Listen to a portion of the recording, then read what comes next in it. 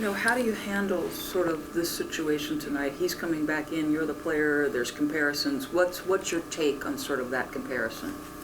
Kind of like I've been saying since I've got here, I can't really control, what people's opinions are and, their comparisons and what they think.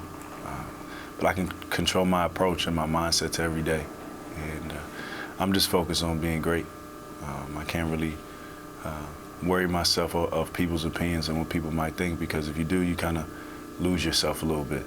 And I was a victim of that my first couple of years in the league, and going through what I went through and investing in my mind and my body, I kind of realized that I just need to focus on taking it one day at a time, my teammates, my team, and myself, and that's what I'm really focused on.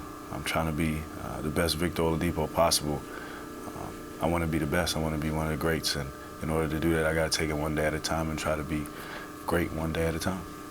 You have obviously made an incredible jump, just if you look metrics, numbers, et cetera, et cetera. What is the primary reason for the elevation of your game right now? I believe it's the work I put in this summer. Just investing in my body and my mind, focusing on strength and conditioning, having an edge, a drive. Even before I got traded, I was like that.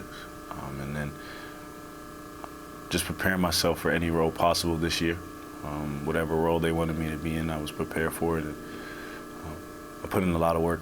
I worked really hard, and I got to continue to keep doing that if I want to get to where I want to be. People have used the word chip. You described it as edge.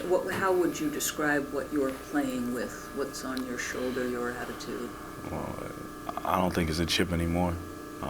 It might have been a chip when I was little, but I tell everybody it's a boulder on my back now, and it's gonna remain there. It's just how I am. I've always had a chip. I've always had a boulder now, and it's gonna remain there. It's gonna help me get to where I need to be. I've been proving people wrong since I was 5 years old, so it's nothing new to me. Just gotta continue to keep getting better. What about the character of this group has allowed it to exceed expectation? I think it's the players in the locker room. My teammates are phenomenal. I couldn't do what I do. I couldn't play at the level I'm playing right now without them. They made the game so much easier for me. We have savvy vets. We have young, great players. We got a great coaching staff who knows what they're doing, and they just put us all in position to be successful. It's so positive. These guys I'm playing with are so positive no matter what's going on. I think in every game we played at home so far, we've been down. And these guys just lift each other up. We lift each other up, and we just continue to keep playing no matter what, and we can live with the results after that. And these guys are amazing. Some of the best teammates I've ever had, so it's pretty cool to be a part of this team. Just got a couple quick ones. So you mentioned in college it was fear of not making it to the NBA or obsession. Is that still there that drives you? Is it fear or worry, or is it now you see that you've realized some of that potential and it's, man, I can make another jump? And you have to answer to me if you would. I don't know if it's fear anymore, but I'm trying to be great. So every day I wake up, that's all I think about. Before I go to sleep, that's all I think about is trying to be the best.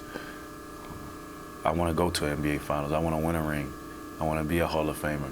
I want to do all those things, and in order to do that, I got to wake up every day with that mentality of I'm trying to chase number one. Whoever number one is, that's who I'm chasing, and that's my mentality to every day. I got to take it one day at a time, and that's even if I'm not playing, even if I'm just working out and practicing, that's my mentality. And, it might, to other people, it might seem crazy. It might not seem realistic, but that's fine. That's what I have in my heart and in my mind, and that's what I focus on. What about Indiana? Was there a comfort level coming here? Does it feel almost like home, even though you didn't grow up here, but playing here in college? It's hard not to feel like home. I mean, the way these people treat me here is amazing. Even when I wasn't playing here, and I would just come back just to come for a game or a playoff game. And it's just amazing, man. It's definitely like my second home. And it's my home now. I gotta stop saying second home. It's pretty much my home now. And I have obviously built a relationship with the fans and the people here from college, and it was amazing. It was an amazing experience those 3 years I was here. And now, playing for the Pacers, when I left Indiana, I always felt like I left something. Like I didn't give them all they needed. And now being a Pacer, that's my goal, is to give them my all. You know, whatever that is, I'm gonna make sure I exhaust my potential so I can give it to them. Last thing, Coach Crean mentioned to me that you and D. Wade developed a special bond and then kind of took you under his wing. Was that initiated by Coach? I mean, did you guys just get to know each other? You can answer to Bill. Well, me and D. Wade it's an interesting story, I guess you can say, how we met. And when I was in high school, he was a senior in high school. I obviously went to high school at DeMatha, which is in the PG County, District of Columbia area. And Obama, who was president at the time, was holding the Father's Day luncheon at his on the White House. I was about to say at his house, but we all know where he lives. At the White House on the lawn, and I was one of 12 people to get invited from my school. And during this whole process, I was trying to figure out where I want to go to school. I was playing hard to get with Coach Crean. Like, I had a whole bunch of schools, but in reality, you know, he was the only one really who wanted me. But you know, I wanted to play hard to get because I wanted to make sure that was the right choice. And going to the White House, I remember going through security, and one of the people were like, "You better, you know, fix your tie. You might see Dwayne Wade in there." And I was like, "What?" And at the time, he was like my favorite player by far because I felt like I could relate to him, and I feel like I could do some of the things he did on the court. So when I went in there, I was like, "No, there's no way. She's just joking." So when I went in there, it was a whole bunch of celebrities there. And they put me in a section with Dwayne Wade and Antoine Randall, who went to Indiana, played receiver for Indiana. And it was kind of weird. I was like, this is kind of freaky. And then I remember raising my hand because he was like, does anybody have any questions? And I was like, so what do you think about Tom Crean as a coach? Everybody was like, what is this kid talking about? What is this kid talking about? And he was like, man, he's the reason why I'm the man I am today. And that stuck with me for a long, long time. And it definitely had a big influence on why I went to Indiana and why I trusted Coach Crean so much. Then obviously I came here. He had the playoffs here. He came down to school when he was struggling a little bit to talk to Coach Crean. And him and Coach Crean watched film. Like I didn't need to be in a film session with him, but he let me, you know, go in there and just, you know, see his point of view and what he's watching and Coach Crean's input and everything. And ever since then, he's just been a big brother to me, honestly. It's like family. You know, I can call him, text him anytime I want, go over his house, get advice. It's an amazing resource to have from a Hall of Famer like that. So he's been a big influence on my success and who I am today, and Coach Crean as well. So it's a great asset to have, and I'm just fortunate that he was so open, you know, into doing that, and I really appreciate it. I just have one question. Aaron Stevenson said that this locker room had the most chemistry that he's seen in his career. This is your third team this many years. Is there an example that stands out in your mind as why you guys are gelling so well? There's a bunch of examples, but the personalities are very intriguing in this locker room. As far as the different type of personalities we have, the guys are very joyful. I guess that's a good word to say since it's the holiday season. They're very uplifting, and I think a lot of guys in this locker room have been through a little bit, as far as like their path to get here. You know, just in their careers overall in general, and I think we kind of relate to that. Everybody relates to that, and the chemistry, I think, comes from the personalities. And I think these men in this locker room, their personalities are genuine. And when you have genuine personalities and you bring them together, it's so easy to get along with each other. And I think that's the biggest thing with this locker room. That's why it's so special, I feel like. And I'm just blessed and fortunate to be a part of it. And we got a lot of work to do, don't get me wrong. We got a lot of work to do. We're not even nowhere near where we need to be or where we want to be, but you just got to continue to keep growing. We haven't even been together for a year yet, so we'll see. You know, we just got to continue to keep growing, continue to keep getting better, and the sky's the limit for us. Tell me what you think the ceiling is for Miles Turner.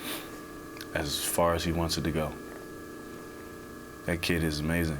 I mean, to do what he does at his size and to have that mentality and that drive at such a young age, it's funny because, after, one game he was kind of down himself, and I went over there to talk to him, and it's amazing how he reminds me of myself.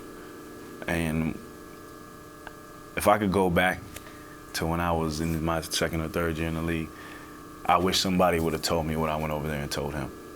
Which is what? Just let him know, like, it's never too early. It's never too early to have that mindset and that drive and want to be great and want to be the best. When you first get in the league, it's kind of like, oh, I'm here, I want to have fun, but it's never too early to have that drive. And he has it, you know what I mean? And we need him. We need him. Because if he don't play well, it's a lot harder. It's not as easy. When he plays well, it's better for everybody. So I just wanted to go over there and encourage him and tell him, like, yo, we need you, bro. Like, I'm here with you. Like, I want to be here with you for a long, long time. So I believe in you. And it means so much when you can go out there and the guys around you believe in you as much as you believe in yourself. It makes you get to another level of basketball. And I just wanted him to know that we all believe in him and we all need him. And that's for everybody in the locker room. Oh, yes, sir. You're playing against Russell tonight. You played with him. Could you just talk about your experiences with him as a teammate and now going up against him? It's kind of similar. Man, he's an amazing talent. You know what I mean? He's an amazing talent. One of the best players, if not the best players in this league. And I got to witness the single most best season ever in NBA history. I was right there, like literally, like right next to him. And to watch what he did was simply amazing. Like, there's no words that can really describe that except amazing with a capital A. And he wasn't only, what I think surprised me the most was he wasn't only an amazing player, but he was an amazing person as well. Me and him got along very well. And it was kind of cool, to see. And I learned a lot from him on and off the court. On the court, just his mentality and how he just is always on go, no matter what. And off the court, just how, how he was with people and how he just kind, just genuine. And that's hard to find as well. So I learned a lot from him, like I said, on and off the court, and I'm going to take with it from the rest of my career. And every step of the way, from Orlando to Oklahoma, I learned something. And I'm applying it to my everyday life even now. Really quick, back at Jamboree at Indiana, you broke out a little Usher song, and you just released a new EP. Can you just talk about how music and what it means to you to be a musician? Well, I've been singing since I was a little kid.